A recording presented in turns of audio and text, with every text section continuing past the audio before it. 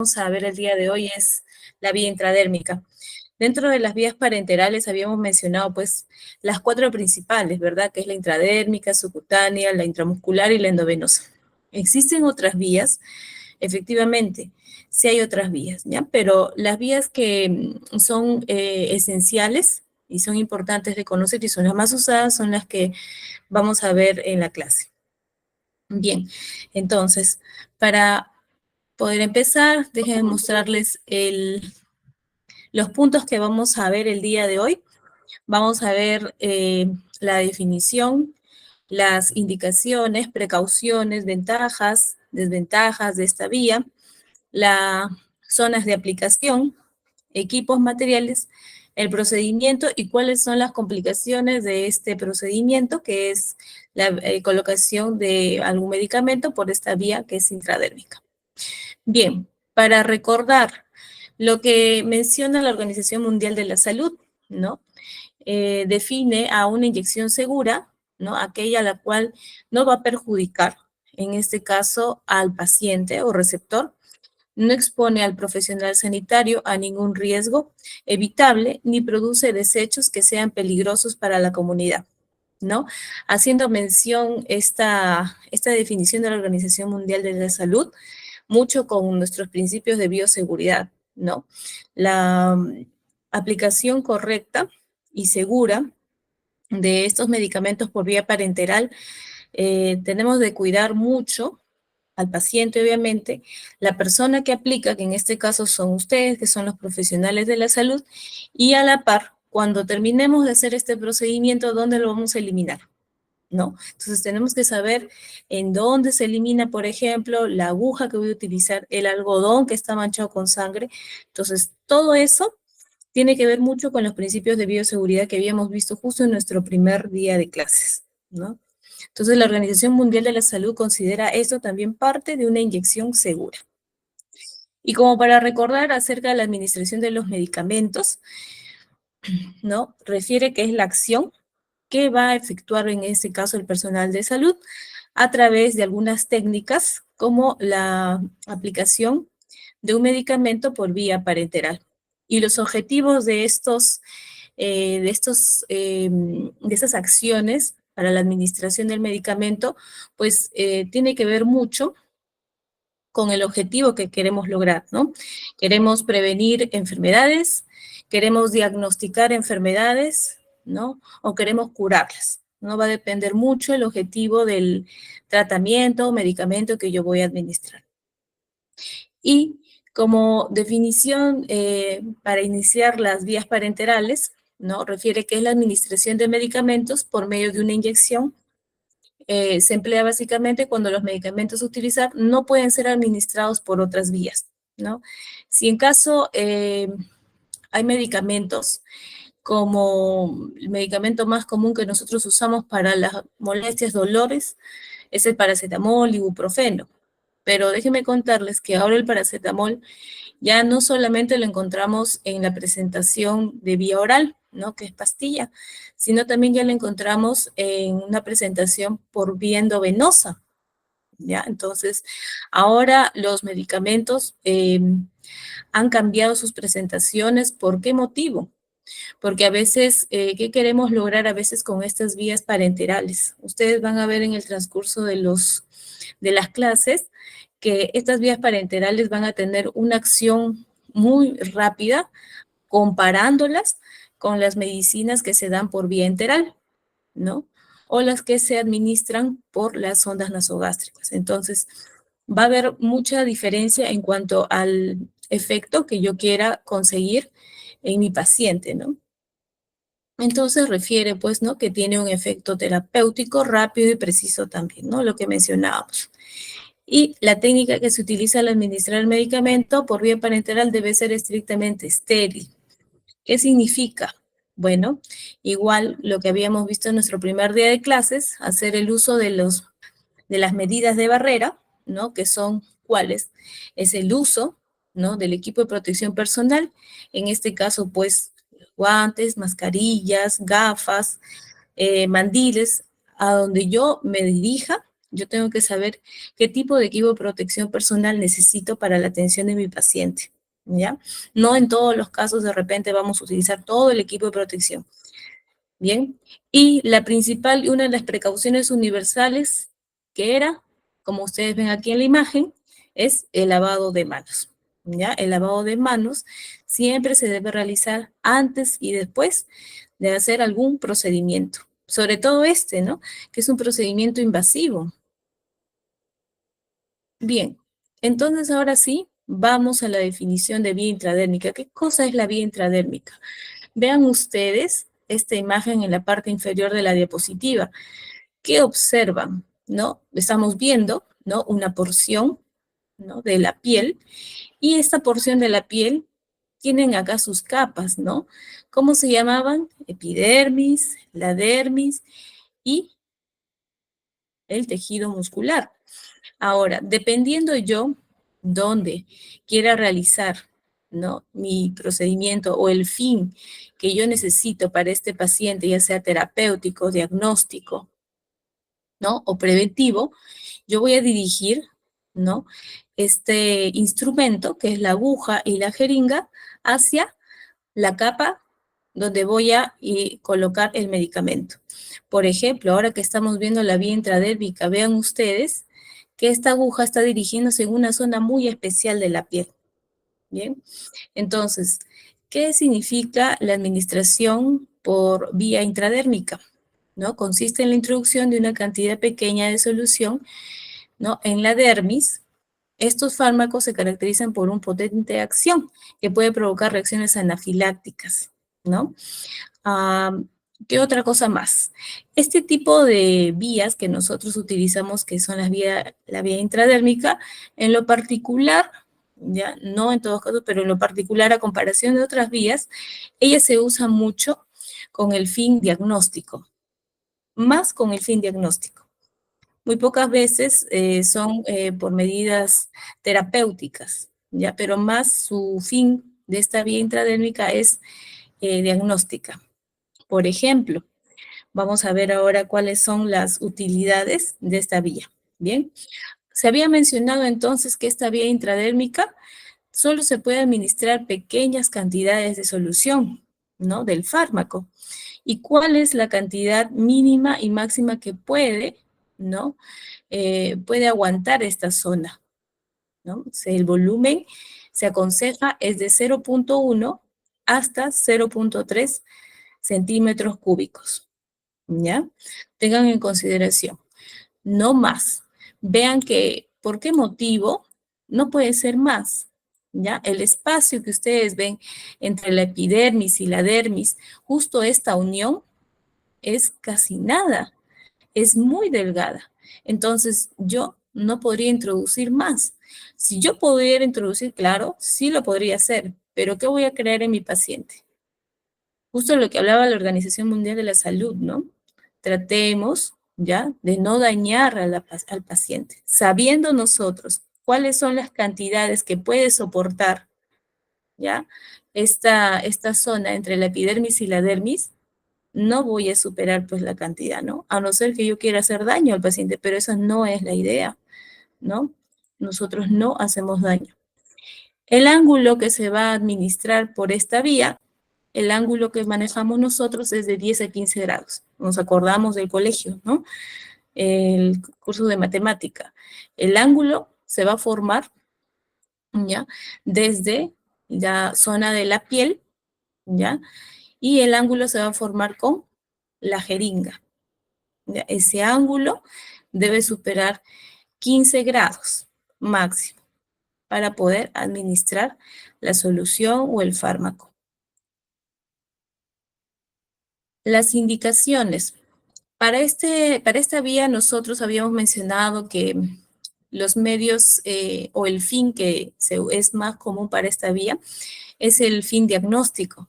Y entre ellas, por ejemplo, vamos a encontrar a la prueba de Mantux. Ella es la más usada, ¿no? Es para identificar si la persona ha estado en contacto con el bacilo de Koch, ¿ya? Esta prueba se hace por vía intradérmica, por lo general La zona más usada para aplicar esta prueba es en el antebrazo, ¿ya? Entonces, una de ellas es el Mantux, otra de las pruebas es de Casoni, la prueba de Dick y la prueba de Schick, ¿ya? Estas pruebas se realizan de manera intradérmica con pequeñas cantidades y por lo general, como les había mencionado, su uso o la zona más común para la administración, por lo general es el antebrazo. En caso del el fin preventivo, nosotros tenemos la vacuna de BCG.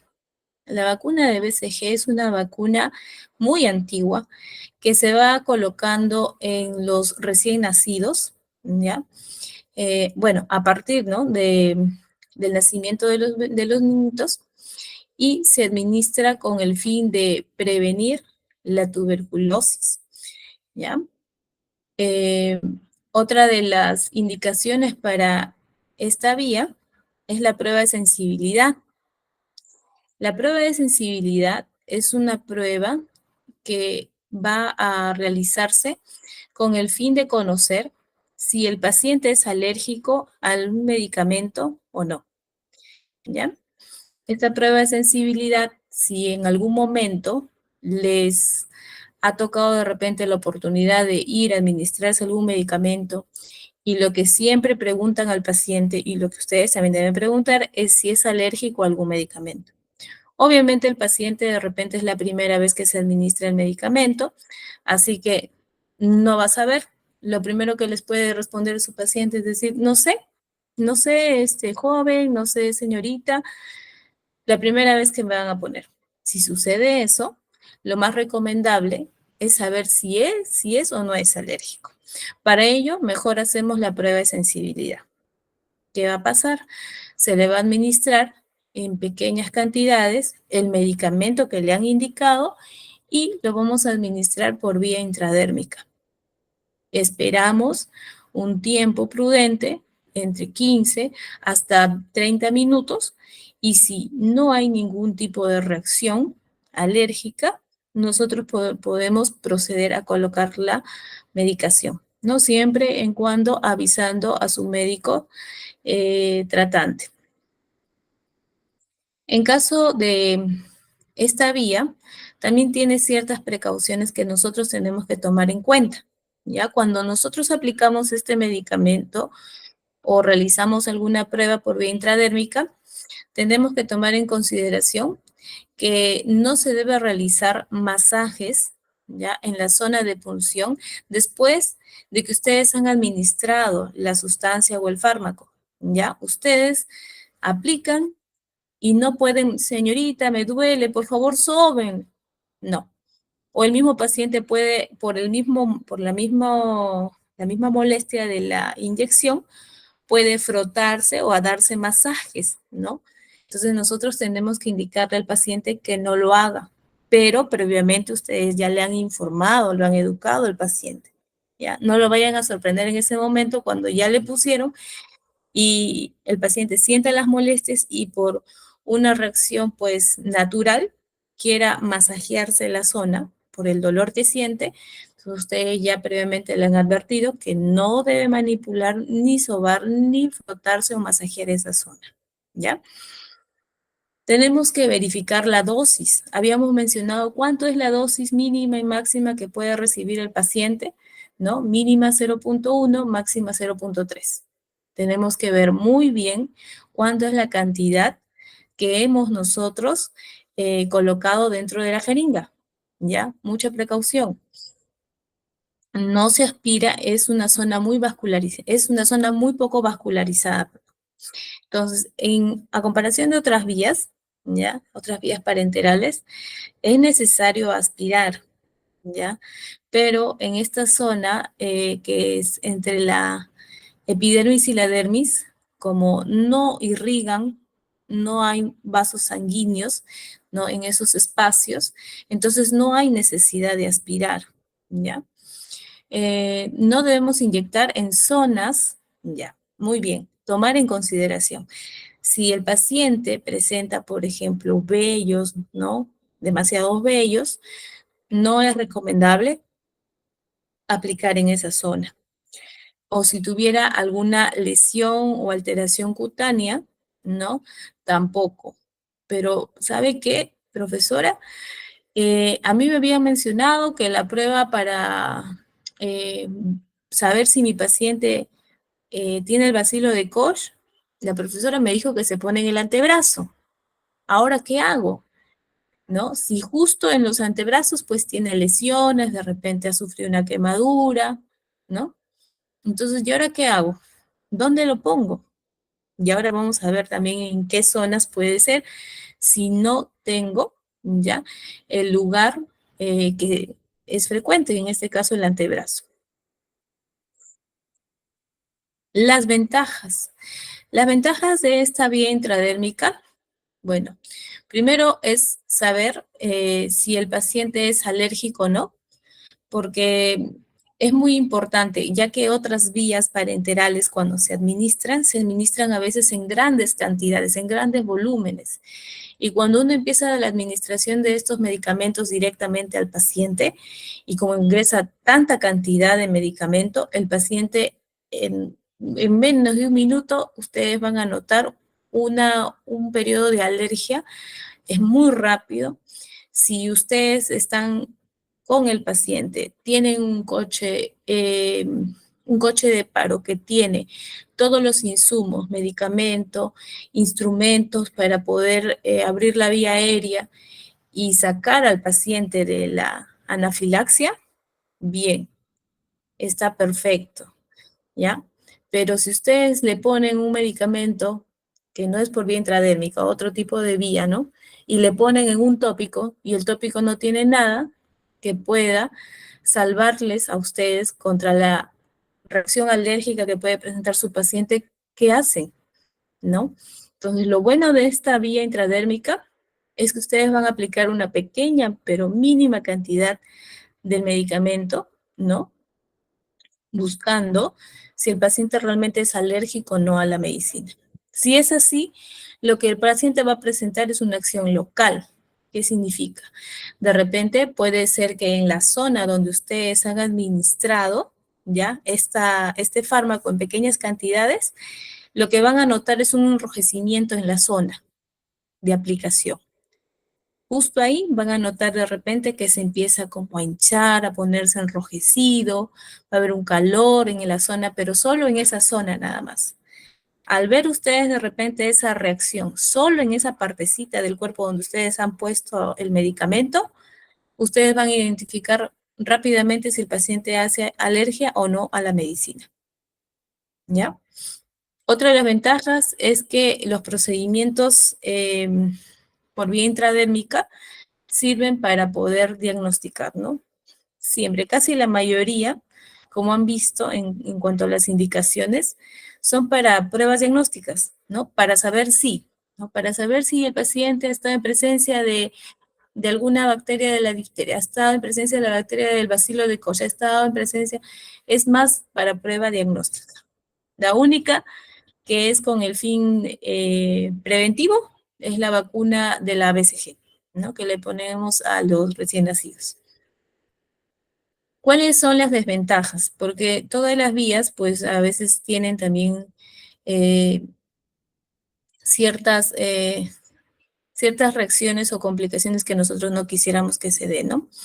Las desventajas es que las cantidades de los fármacos son en pequeñas cantidades. O sea, si yo quisiera administrar algún medicamento, ¿no? Con un volumen de 5, 10 mililitros, 50 mililitros, no lo podría hacer, ya que solamente esta vía acepta máximo 0.5 mililitros, nada más. Otra de las ventajas es que si no se administra correctamente puede producir abscesos, ya estos famosos abscesos donde pueden salir hasta estas lesiones, ¿no? Se puede infectar, ¿ya? Y pueden también eliminar pus. Entonces, si no lo hacemos, el absceso, ¿por qué empieza a aparecer? Es por una mala asepsia. No hacemos una buena limpieza en la zona de aplicación. ¿Ya? A tener mucho cuidado también con eso al momento de la administración del medicamento. Otra de las desventajas es que el paciente son sensibles, podrían presentar urticaria, ulceraciones o necrosis. Sí, hay algunas personas que su piel es demasiado delicada. Hace poco yo coloqué, por ejemplo, una vía periférica a un paciente y pueden creer que el insumo que es menos alérgico, menos alérgico que son los Tegader, los famosos Tegader. No sé si habrán escuchado que son unos apósitos transparentes que se colocan encima de los catéteres periféricos. Entonces lo pongo porque son menos alérgicos y porque en el sector privado por lo general usamos estos tipos de insumos. Eh, el paciente empezó a salirle como una urticaria, se empezó a enrojecer, hizo una alergia al mismo apósito transparente. Inició justo el momento que apenas le colocamos menos de un minuto, ya empezó a colocarse de un color enrojecido todo el brazo. Imagínense. Y solamente era un insumo. Imagínense si ustedes aplican un medicamento. ¿Ya? Si ustedes aplican un medicamento, el paciente, ¿no? Puede presentar así como ven en la imagen. Y es lo que le ha pasado, por ejemplo, a mi paciente, ¿no? Que empezó a hacer una pequeña urticaria y esto ya se habla de una manifestación, ¿no? Previa a una alergia. Entonces, si vemos esto, se suspende automáticamente, ¿ya? En caso de las zonas de aplicación, habíamos hablado ya previamente de esta zona muy importante que es el antebrazo, ¿no? El antebrazo es una de las zonas de aplicación por esta vía que es la más usada. Se usa ya el tercio medio de la cara anterior del antebrazo. ¿Y qué significa lo que estoy diciendo? Vamos a ver. Aquí en la imagen ustedes pueden observar ya que mi paciente está mirándose ustedes frente a frente, ¿no? Y enseñándoles a ustedes las palmas de la mano.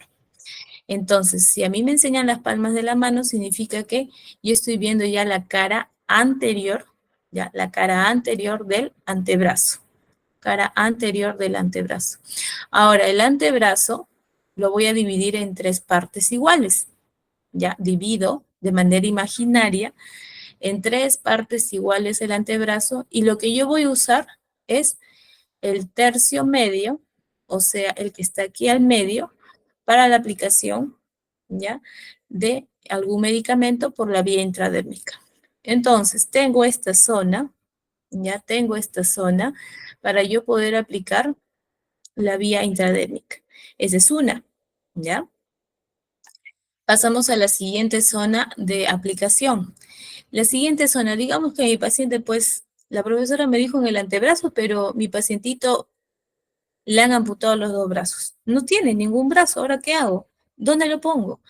Tengo una opción, que es la región anterior y superior del tórax, ¿ya? ¿Cómo hallo esta parte? Nosotros vemos igual, aquí este paciente nos está mirando frente a frente y aquí yo les he puesto encerrando, ¿no? ¿En qué zona se ubica la región antero-superior del tórax? Voy a tomar en consideración ya esta zona. Ven aquí una rayita. Esta es la zona donde está nuestra clavícula, ya en la parte infraclavicular, ya que está esta zona enrojecida, es la zona donde nosotros podemos también aplicar por vía intradérmica el fármaco o el medicamento. Así que ya tengo dos zonas de aplicación, el cual yo conozco para poder administrar la vía intradérmica.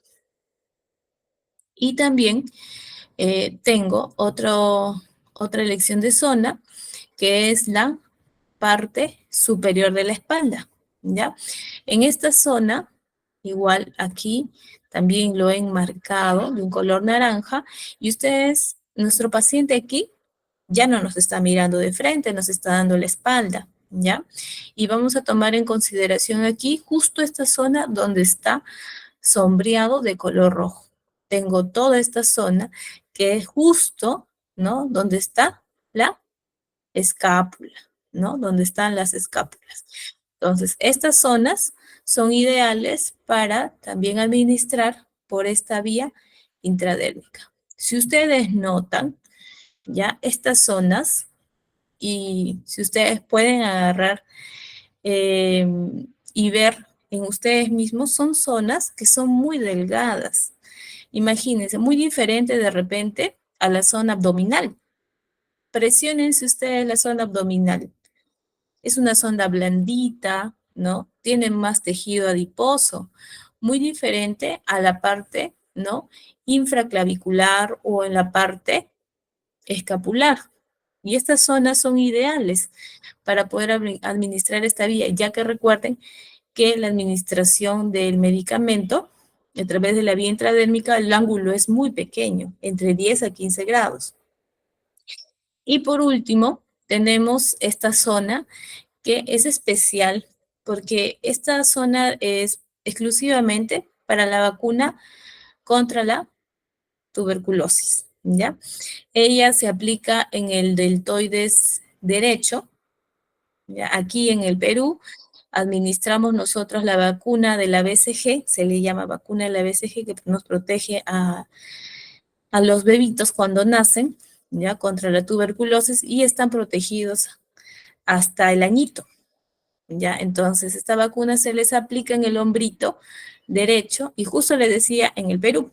¿Por qué? Porque hay otros países que aplican la vacuna de la BCG en otra zona del cuerpo del bebé. Por ejemplo, en Chile colocan en la planta del pie, ¿no? Pero nosotros colocamos, y en la mayoría de los países, lo colocan en el deltoides derecho, ¿ya? Más o menos casi cerca del hombrito del bebé, ¿ya? Ahora, eh, en cuanto a los equipos y materiales, para los equipos y materiales que voy a necesitar para la administración de por esta vía, voy a necesitar una jeringa, ¿ya? Voy a necesitar una jeringa de una medida muy especial, tiene que ser una medida muy pequeña porque recuerden que la cantidad que puede recepcionar la dermis es máximo 0,3. Entonces la jeringa a elección, ¿no? Y es la jeringa que ustedes van a solicitar. De repente ustedes trabajan en un tópico y el paciente viene y no sabe qué material, porque a veces el médico lo único que prescribe es el medicamento en sí, pero no prescribe cuáles son los materiales que va a utilizar el licenciado, el personal que se va a encargar de administrar el medicamento. Entonces, ustedes deben conocer también cuáles son esos materiales que van a necesitar. Si es por vía intradérmica y yo sé que la cantidad es muy pequeña que se administra por esta vía, pues voy a pedir una jeringa también pequeña, ¿no? Que es la jeringa de 1 cc, ¿ya? La jeringa de 1 cc o jeringa de 1 mililitro o de tuberculina también le llaman. También vamos a pedirle a nuestro paciente que traiga una aguja intradérmica número 26 o 25 gauge, ¿ya? Guantes para nosotros administrar el medicamento, torundas de algodón, una solución antiséptica. Eh, en caso de la solución antiséptica, el alcohol de 70 grados que se utiliza por lo general en los establecimientos de salud, ¿ya? Ha dejado de usarse. Muy pocos están usando alcohol de 70, pero ya nosotros estamos realizando la limpieza de la zona para aplicar el medicamento con clorexidina. Eh, pero todavía seguimos usando alcohol. Algunas instituciones todavía siguen utilizando. En lo peor de los casos, sí nos ha sucedido que en establecimientos, sobre todo del Estado, a veces nos faltan estos insumos. Entonces, ¿ahora qué hacemos? Bueno, en caso de una emergencia que no hubiera o estamos desabastecidos, podemos usar jabón líquido. Eso también nos puede ayudar mucho, pero eso ya sería lo último, ¿ya? Les comento porque sí, ya nos ha pasado un tiempo que hemos estado desabastecidos. Entonces, hemos tenido que usar ese tipo de insumos. Y el medicamento propiamente dicho. Muy bien. Estas son las imágenes, ¿no? Para poder guiarnos, nuestro algodoncito, nuestro alcohol de 70, los guantes, las agujas. Aquí yo les he traído una gama de agujitas. Y si se acuerdan, cada aguja tiene un color, ¿no? Pero esto puede cambiar o puede variar de acuerdo al país donde yo esté. O también puede variar mucho cómo lo fabrican las casas médicas o los laboratorios, ¿ya? Pero no nos guiemos mucho por las bases, ¿ya? Por los colorcitos, ¿ya? Más vamos a tener una mejor guía, ya viendo los mismos empaques o los envoltorios de estos insumos estériles.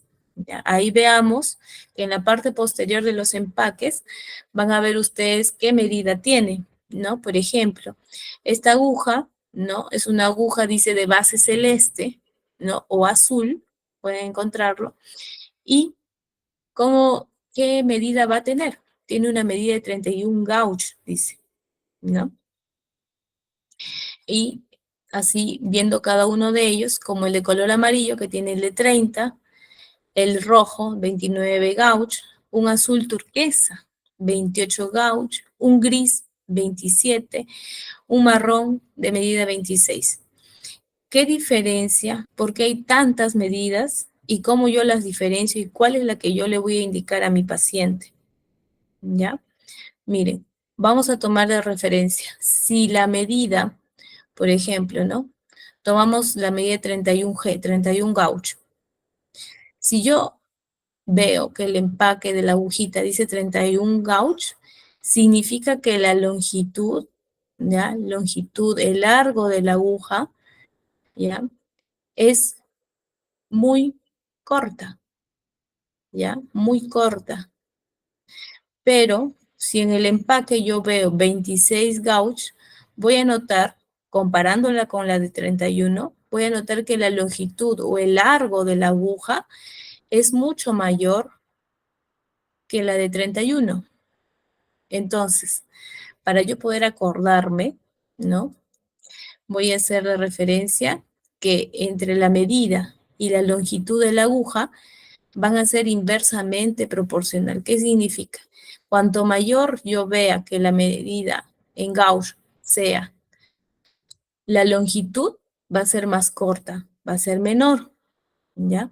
Y de esa manera ustedes se van a poder guiar, ¿no? O entender más o menos cuál es la medida que yo voy a pedir a mi paciente. Por lo general, estas jeringas, ya que ustedes ven aquí, que es la jeringa de 1 centímetro, o también llamado de tuberculina, vienen ya con sus agujitas. Ya, cuando ustedes vayan a la farmacia y compren estas jeringas, ellas ya van a venir con su agujita incorporada. Y esas jeringas de tuberculina ya vienen con estas agujas listas para aplicar por vía intradérmica, ¿ya? Esta que es de un color naranja aquí en el Perú, ¿ya? Es de medida 25 gauge. Hay una que es marrón, ¿no? Que es la de 26. Y vamos con cualquiera de estas dos, 25 y 26 gauge, se pueden trabajar para la administración de la vía intradérmica. Para el transporte, yo ya cargué mi medicamento, tengo listo mi jeringa, mi aguja, ¿no? Y ahora pues voy a transportarlo. Y esto lo voy a hacer a través de esta riñonera, ¿no? Y empezamos. Antes de poder realizar el procedimiento en sí, como todos los procedimientos invasivos o no invasivos, nosotros tenemos que informar al paciente de lo que vamos a hacerle, ¿ya? Siempre, siempre hay que informar. Y en esta información, no solamente van ustedes a explicar de qué trata el procedimiento, sino que también vamos a resolver dudas, ¿ya? Porque imagínense, es algo que va a invadir la piel.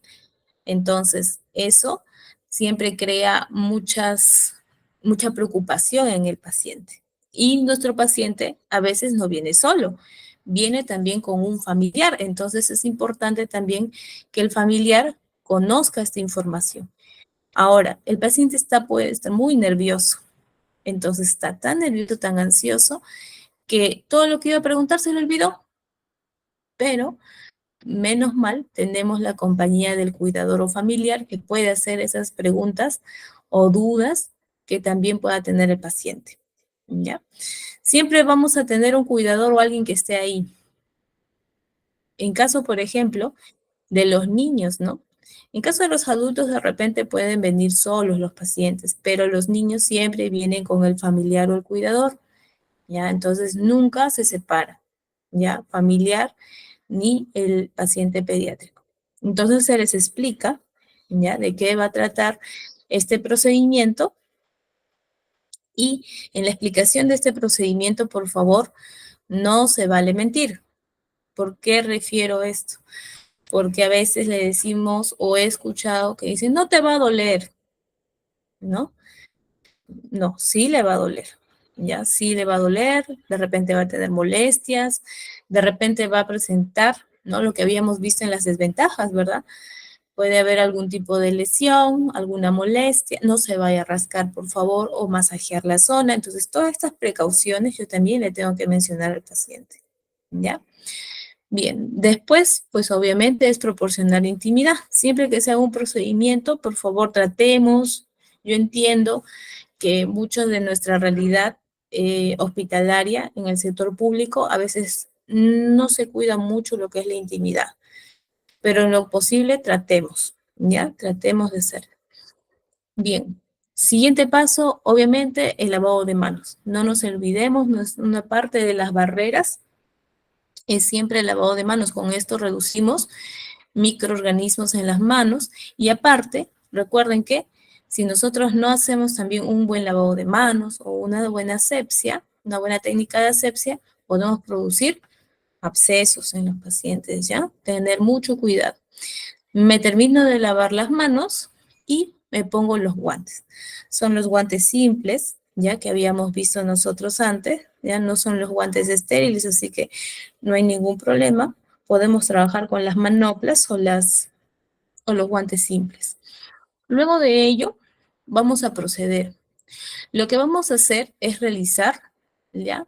La limpieza con un antiséptico. El antiséptico que ustedes manejen en su establecimiento de salud un alcohol de 70 grados, profesora, yo tengo clorexidina, profesora, yo no llega ninguno de estos dos, puedo trabajar con jaboncito, sí, también pueden trabajar con su jaboncito, ¿ya? Y hacer la limpieza, pero la limpieza tiene una manera muy especial de hacerla, ¿ya? Noten ustedes aquí en la imagen, yo tengo mi algodoncito ya empapado con el alcohol de 70 grados y voy a hacer la limpieza de la zona de una manera circular, ya circular, y voy a hacer la forma de un espiral. ¿Qué significa? Donde yo voy a hacer la punción, voy a poner el alcohol, el algodón empapado con el alcohol de 70 grados y voy a iniciar haciendo una limpieza de arrastre con el alcohol, ya en la zona de la piel, de adentro hacia afuera y en forma circular, dando una forma de espiral, ¿ya? Ahora también de repente me pueden preguntar, profesor, yo he visto que cuando me ponen un medicamento, lo que hacen es limpiar como un barrido, de arriba hacia abajo, de arriba hacia abajo. También puede ser esa de arrastre, ¿ya? Pero lo ideal es que si yo hago eso, tengo que hacerlo en una sola dirección. No puedo hacerlo de arriba a abajo, de arriba a abajo. ¿Qué estoy haciendo? Limpio, contamino y sigo contaminando. Entonces la zona donde yo voy a aplicar está totalmente contaminada y puede crear alguna complicación. Entonces, si yo hago ese tipo de limpieza, la tengo que hacer solo una vez, paso con mi algodón y mi alcohol y elimino, si yo veo que de repente el alcohol está muy sucio, ya porque la piel del paciente obviamente uno está expuesto al ambiente y puede ensuciarse, agarro otro algodón, lo empapo de alcohol y paso solo una vez, en una sola dirección, nada más. Luego voy a dejar, si es que lo he empapado demasiado, dejo que se seque solo. No le echo aire, no soplo en la zona, ¿ya? Simplemente dejo que se seque. Lo bueno del alcohol es que empieza a evaporarse muy rápido, así que no hay ningún problema, ¿ya? Luego de ello, como ven ustedes aquí en la imagen, vamos a tensar. O sea, vamos a estirar ligeramente ya la piel. En este caso hemos elegido el antebrazo para la aplicación del medicamento. Voy a estirar ligeramente para que esté más tensa la piel y yo pueda funcionar. Entonces, vamos a introducir la aguja y solamente vamos a introducir el bisel, ya que era la punta en sí, recuerdan las partes de la aguja, el bisel donde está el huequito de la aguja, introduzco el bisel y un poco más. No voy a introducir toda la aguja, ¿ya? Vean ustedes aquí en la siguiente imagen que no se está colocando o se introduce toda la aguja. Si yo introduzco toda la aguja, puedo de repente perforar y traspasar la piel. Entonces, no, ese es otro tipo de daño que yo estoy realizando. Entonces, tener mucho cuidado. Solo bisel y un poco más. Introducimos la aguja, ¿ya? Casi paralela, ¿ya? Hacia la piel del paciente. Justo cuidando el ángulo que hemos dicho que es de 10 a 15 grados. Entonces, lo que yo voy a hacer es administrar el medicamento. Voy a empujar el émbolo, ¿ya? Voy a empujar el émbolo y este líquido, sustancia o fármaco, va a introducirse por encima de la dermis, ¿ya? Y va a formar la famosa pápula, ¿ya? La famosa pápula, que es como si fuera una ampollita, ¿ya? Que les hubiese salido en la piel, así, ¿ya? Entonces va a formarse esa pápula y luego, con mucha delicadeza y en la misma dirección que yo he aplicado la inyección, voy a retirar, ¿ya? Retiro y algunas personas, ¿ya? Eh, prefieren eh, hacerlo notorio, esta pápula, haciendo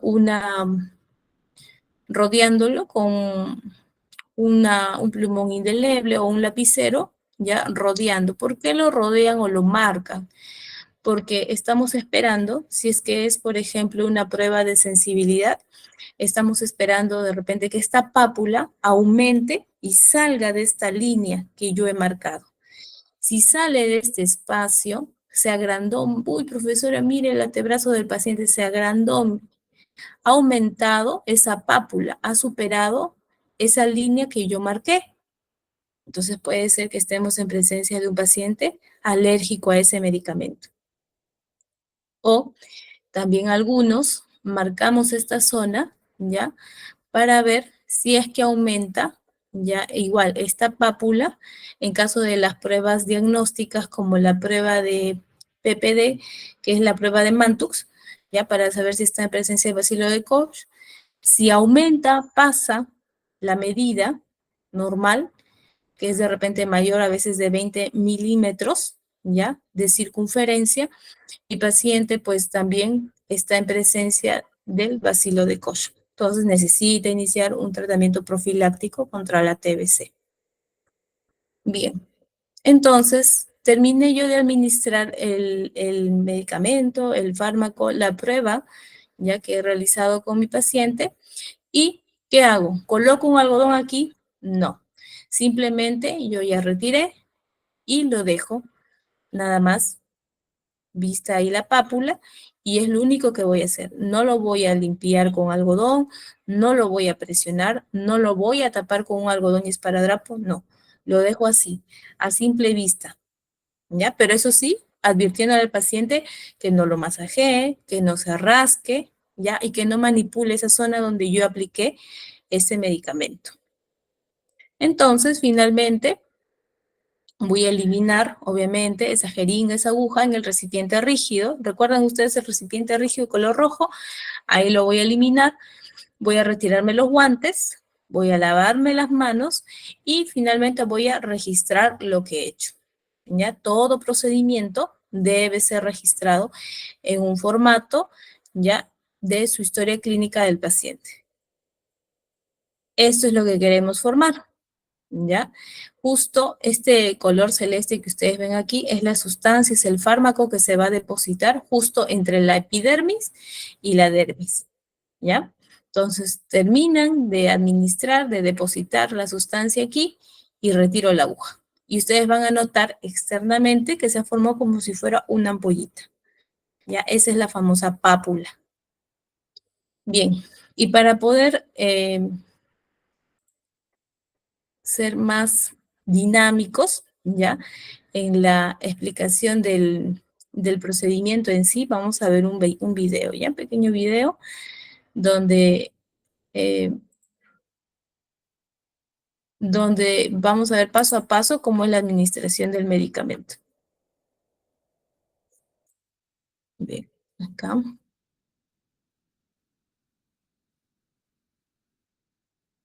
Es aquí. Noten ustedes que aquí, por ejemplo, está presentando los materiales y justo lo que les comentaba. Por ejemplo, cuando su paciente compre este material de la jeringa de 1 centímetro cúbico, ¿ya? O de tuberculina, ellas siempre van a venir acompañadas de su agujita, ¿ya? En este caso vienen con una agujita de base naranja, que es ideal para la aplicación justo de por esta vía que es la intradérmica. Y pues acá está mostrando la medida, ¿no? De 1 mililitro o 1 centímetro cúbico, ¿ya?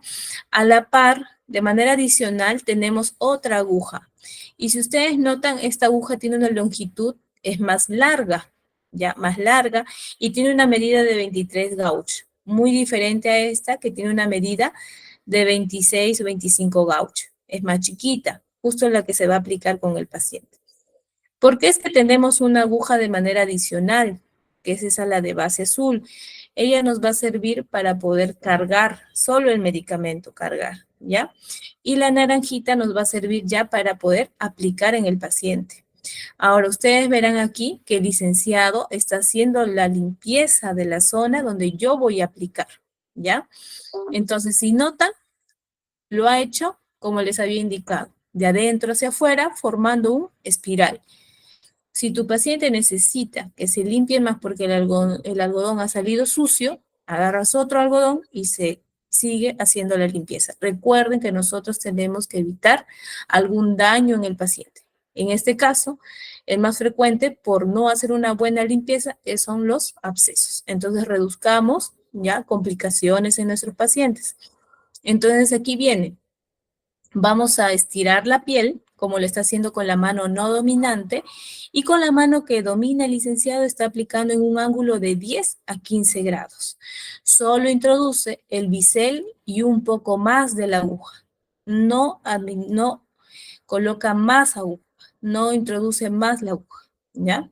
Y va a empezar a administrar la sustancia. Noten ustedes que cada vez que empuja el émbolo, el líquido se va introduciendo en el cuerpo del paciente y vean ustedes que forma como si fuera una ampollita, ¿no? Un granito.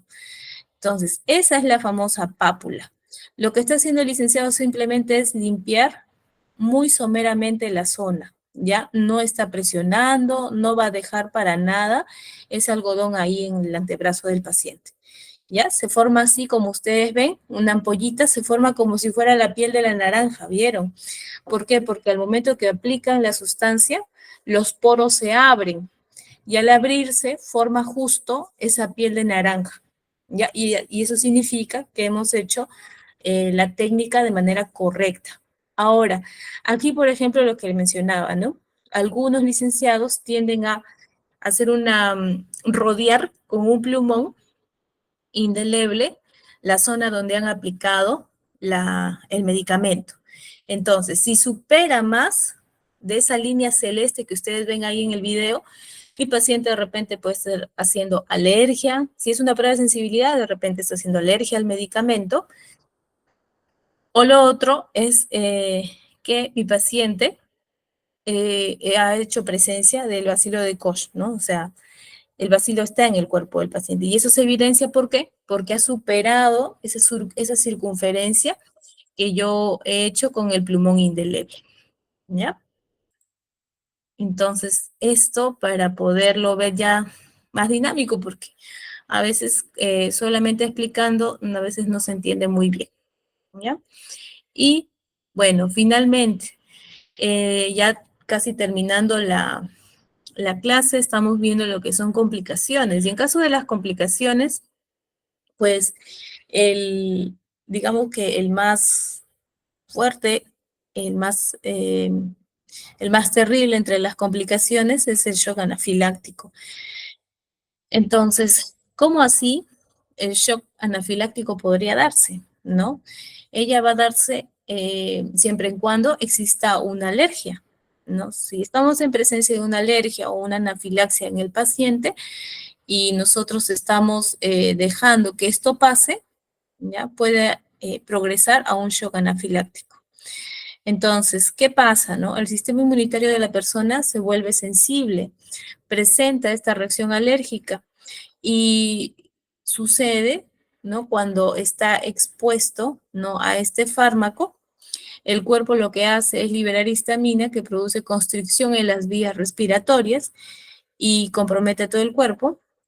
Lo que va a pasar con el paciente es que puede presentar taquicardia, hipotensión, disminución de la resistencia vascular, cianosis, diaforesis, o sea, va a empezar a presentar sudoración excesiva. Algunos pueden presentar vómitos, disminución de la frecuencia respiratoria, desmayo, ¿ya? Entonces, que evolucione a este shock anafiláctico, ¿ya? Es porque la verdad que nosotros estamos descuidando y no estamos evaluando muy bien a nuestros pacientes, porque es muy notorio. Recuerden que al momento de que el paciente empiece a hacer la alergia, lo más frecuente, bueno, es lo que pueden ustedes ver a simple vista, ¿no? Que es lesiones o enrojecimiento en la zona de la aplicación. El paciente de repente ya no puede respirar, entonces ahí hay un cierre, ¿no? De las vías aéreas, entonces el paciente no puede ventilar de manera adecuada. Y empieza ahí todos los síntomas que les menciono, ¿no? La más común, como les dije, lesión urticaria en la zona, el paciente no puede respirar, sudoración excesiva, desmayo, entonces no lleguemos a eso, ya, no lleguemos a eso que es una complicación. Y si pasa, y si pasa, ¿qué podemos hacer? Siempre nosotros tenemos que contar, así sea, para administrar, a veces pueden disminuir de repente estos procedimientos invasivos porque parece que no fueran peligrosos o no tuvieran algún riesgo, pero sí lo tienen, ¿ya? Entonces, tengamos mucho cuidado, siempre tengamos un coche con todos los medicamentos y materiales que se necesita justo para evitar estos shock anafilácticos en los pacientes, ¿ya? Materiales para aperturar vía aérea, medicamentos como los corticoides, ya que van a ayudar mucho, ya, a lo que es la disminución, ya, o la desaparición de este shock anafiláctico, ya. Otro de las complicaciones pueden ser, esta es una edematización también, ¿no? De la piel. Otra de las complicaciones son úlceras locales y abscesos, ¿no? Esta complicación de las úlceras, abscesos, esto se debe mucho a una mala práctica en cuanto a la limpieza, ¿ya? Mucho la limpieza. Lavado de manos incorrecto, no limpié de una manera adecuada la zona donde voy a aplicar la inyección, ya no lo dejé seco, así todo húmedo con el alcohol, empecé a colocarle, ¿ya? Tener mucho cuidado. Esta lesión puede llegar a una úlcera, así como se ve aquí este es un antebrazo, ¿ya? Que también por por una mala sepsia, ¿ya?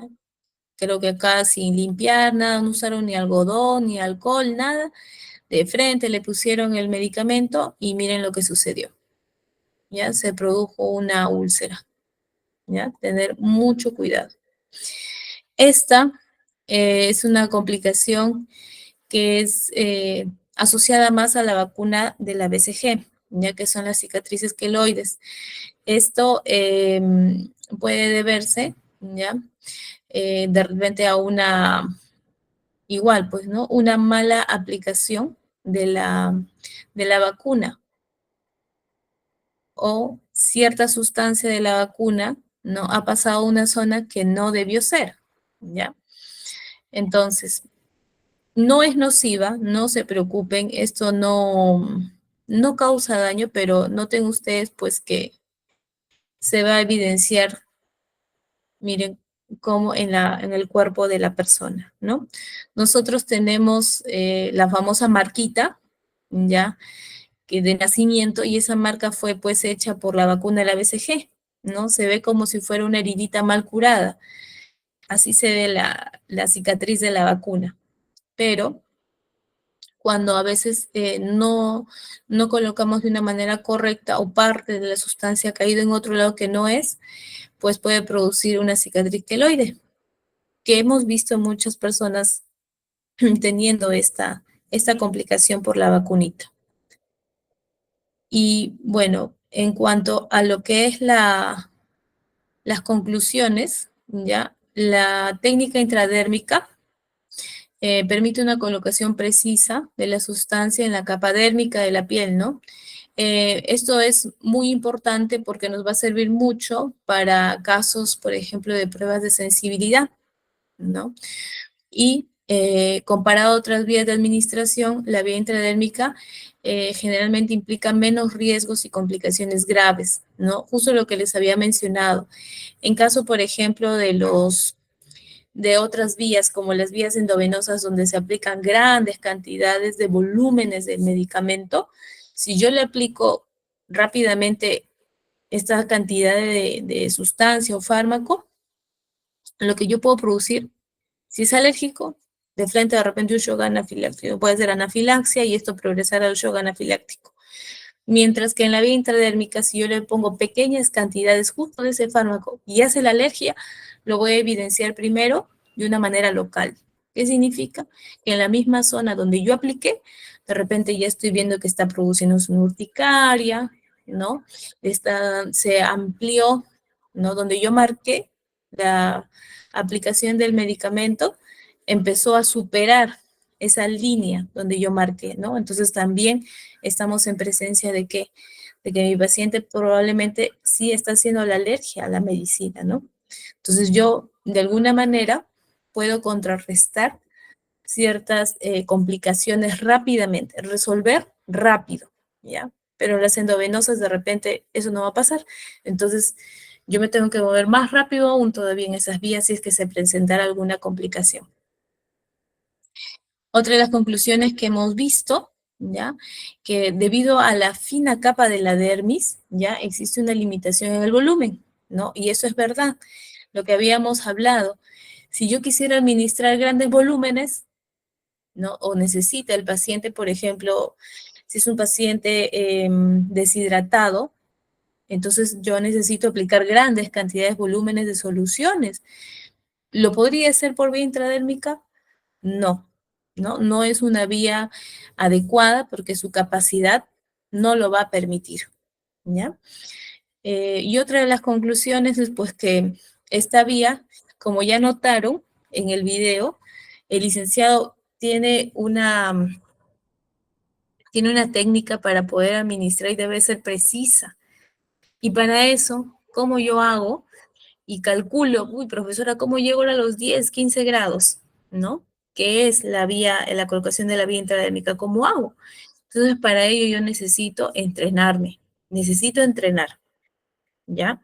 Entonces, esto pues requiere habilidad, requiere destreza, requiere una formación y el entrenamiento constante para poder administrar de manera correcta este medicamento. ¿Ya? Y evitar, pues, que la aguja no se vaya más allá, ¿no? Que es el tejido subcutáneo, que es el tejido muscular, ¿no? Y menos el vía a la parte vascular, ¿no? Entonces, tratar de que esta agujita ya llegue entre la epidermis y la dermis. Y lo único que lo voy a hacer es lográndolo con mucho entrenamiento. Ahora, yo les recomiendo, por ejemplo, para que puedan practicar de repente en la casa. ¿Es fácil de conseguir estos materiales? Sí, pueden ir a comprar en la farmacia de su preferencia, comprar una jeringa de 1 centímetro ya cúbico o 1 mililitro de tuberculina y practicar en un pedacito de pechuga de pollo. Entonces, Pónganse los guantes, hagan los mismos pasos que hemos visto para el procedimiento. ¿Ya? De alguna manera, eso para poder practicar, ya practicar. Yo entiendo que no lo podemos hacer en los pacientes o en las personas, en este caso de repente ustedes me están oyendo desde casa. Profesora, no, mi familiar puede ser también parte de mi práctica. Yo preferiría que lo hagan primero en algo inanimado, ya, en una pechuguita pequeñita de pollo, háganlo ahí. Obviamente retiren el pellejito y en la misma piel de la pechuguita de pollo, hagan la práctica ahí, ¿ya? Administren, ya saben, solo el bisel, un poco de la aguja, ¿ya? Y administren las cantidades entre máximo 0,3, ¿ya? Y lo que esperan es ver esa pápula, ¿no? Como esa ampollita, ese depósito de la sustancia que se va a evidenciar cuando los poros se vean abiertos. Así como ustedes han visto en el video, que la piel se vuelve como la piel de naranja, ¿no? Justo en esa pápula, de repente en la práctica, cuando ustedes hagan con la piel de pollo, no lo van a notar así, simplemente lo van a notar como si fuera una ampollita, ¿ya? Ahí sí se va a ver diferente. Pero lo que nosotros buscamos en nuestros pacientes es que se note así como en el video, ¿ya? Esa ampolla y y con los poros abiertos, como se ve en el video, ¿ya? Eh, bueno, eso es todo. Muchas gracias por su atención. Si tuviéramos alguna duda, permítame, de repente han escrito en el chat. Voy a reducir esto. Uy, me ganó, miren, ya se fue. Disculpen, voy a prender la luz. Ya. A ver.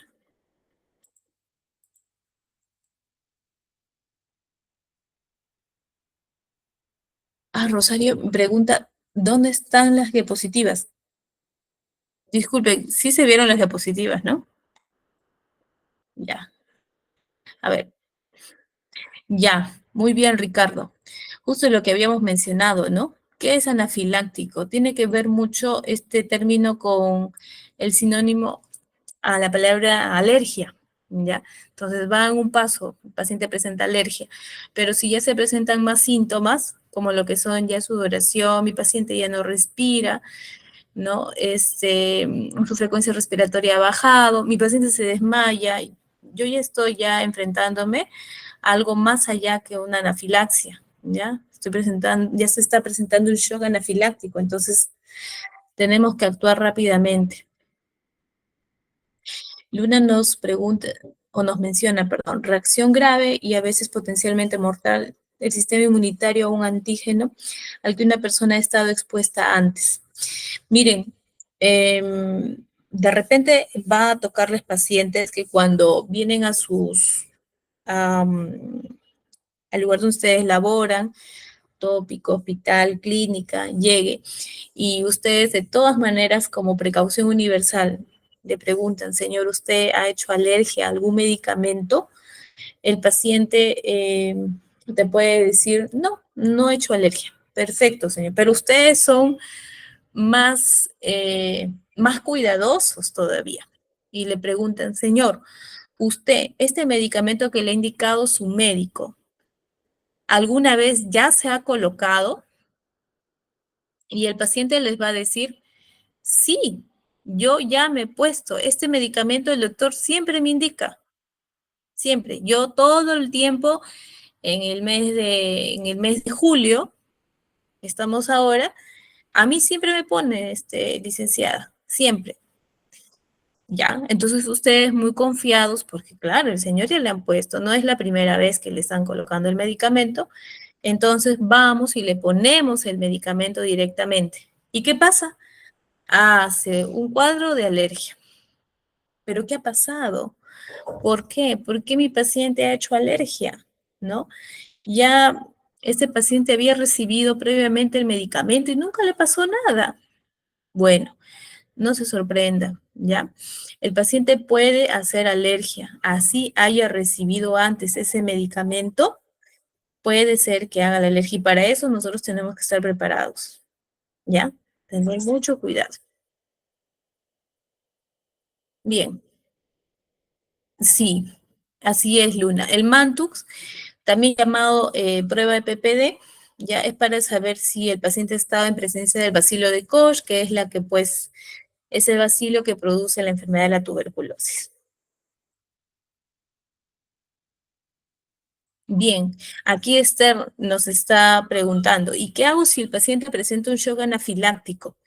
Bien, en caso, por ejemplo, que nos presentara un shock anafiláctico y yo no cuento con este coche que ya les había mencionado, que debe tener todo lo que es para poder atacar, ¿no? Esta complicación, yo tengo que rápidamente dirigir a un lugar o a un establecimiento de salud que tenga todos estos insumos que yo les mencioné, ¿ya? Todo lo que es para apertura de vía aérea, medicamentos para contrarrestar la alergia. De repente también debe tener ya insumos para abrir, para poder realizar, perdón, reanimación cardiopulmonar.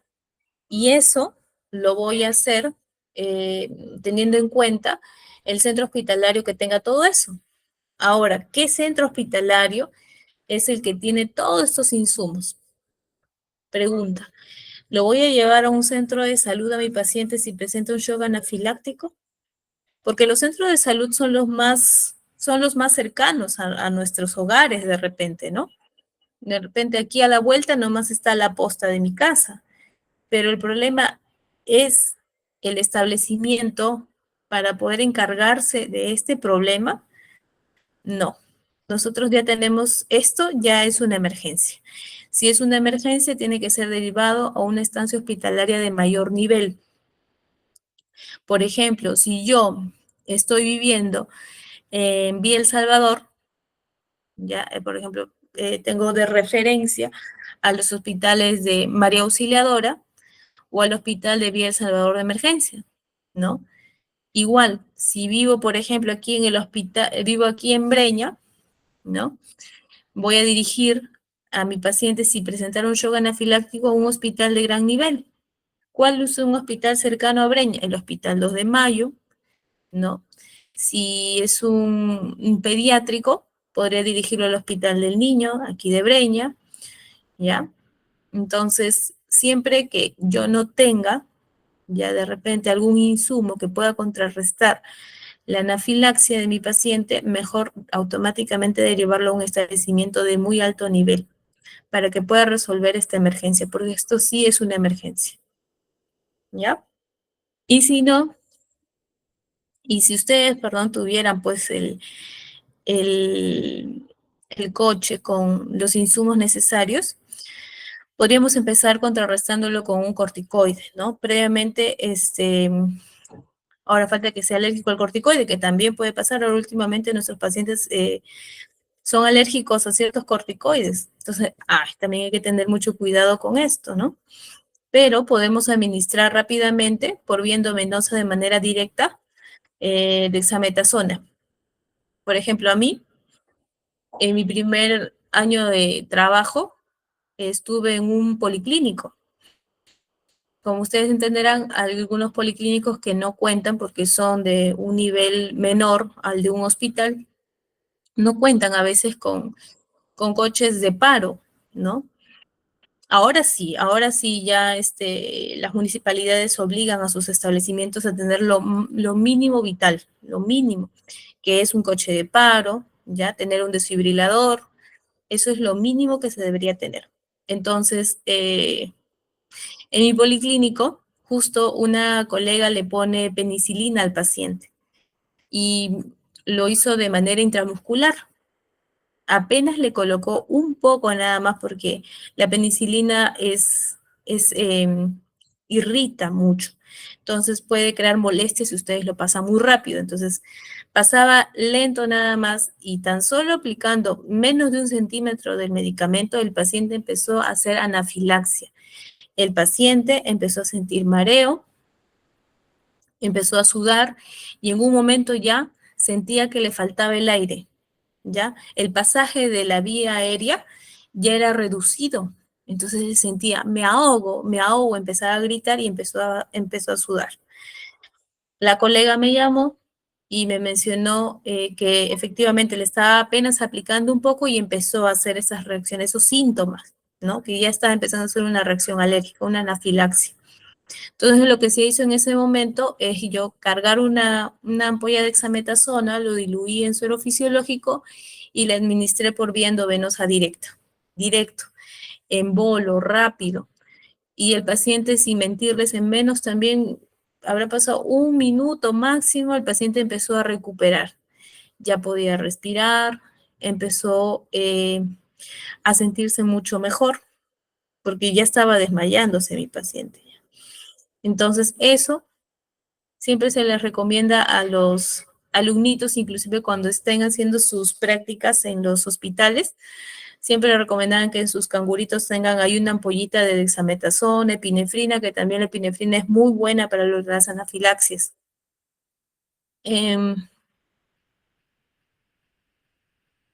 Ya bien, sí, acá Rosario está confirmando que ya encontró las diapositivas. Sí, muy bien, Lice, buena pregunta. Y si el paciente es lo que les decía, ¿no? Y si el paciente es alérgico a la dexametasona, ¿qué hago? Hay algunos medicamentos que que son muy parecidos la acción para contrarrestar la alergia. Por ejemplo, ¿no? Si en caso la dexametasona fuera alérgico, pues existe otro medicamento muy parecido, el cual no va a producirle la alergia porque no tiene los componentes que tiene la dexametasona. Una de ellas, por ejemplo, es la hidrocortisona. Ella se puede usar de repente en caso de que el paciente sea alérgico a este medicamento, ¿no? Y si no, me voy a otro medicamento diferente, pues, ¿no? Puede ser una epinefrina. La epinefrina también se puede administrar solo un tercio de la ampolla de 1 miligramo por 1 mililitro y listo. Sacaron a su paciente de la alergia. Pero si yo no sé manejar justo la profesora, ¿eso se pone en qué vía? ¿Endovenosa? ¿Se pone en vía subcutánea? No, no me enseñó la profesora. No nos confiemos, no nos hagamos justo de lo que yo les mencionaba a veces a los alumnos, a veces por querer ayudar, no podemos perjudicar más al paciente. Entonces, si yo no sé, no conozco, ya, o de repente, sí sé, pero de repente mi accionar en ese momento es lento, me bloqueo, entonces mejor no entro, no me meto para contrarrestar esta complicación y lo que hago o lo que puedo hacer es dirigir a la víctima, dirigir al paciente a un establecimiento de salud de muy alto nivel para que pueda ayudarlo ya a salir de esta emergencia. Bien, si no hay alguna otra pregunta, estimada Silvia, ¿estarás ahí?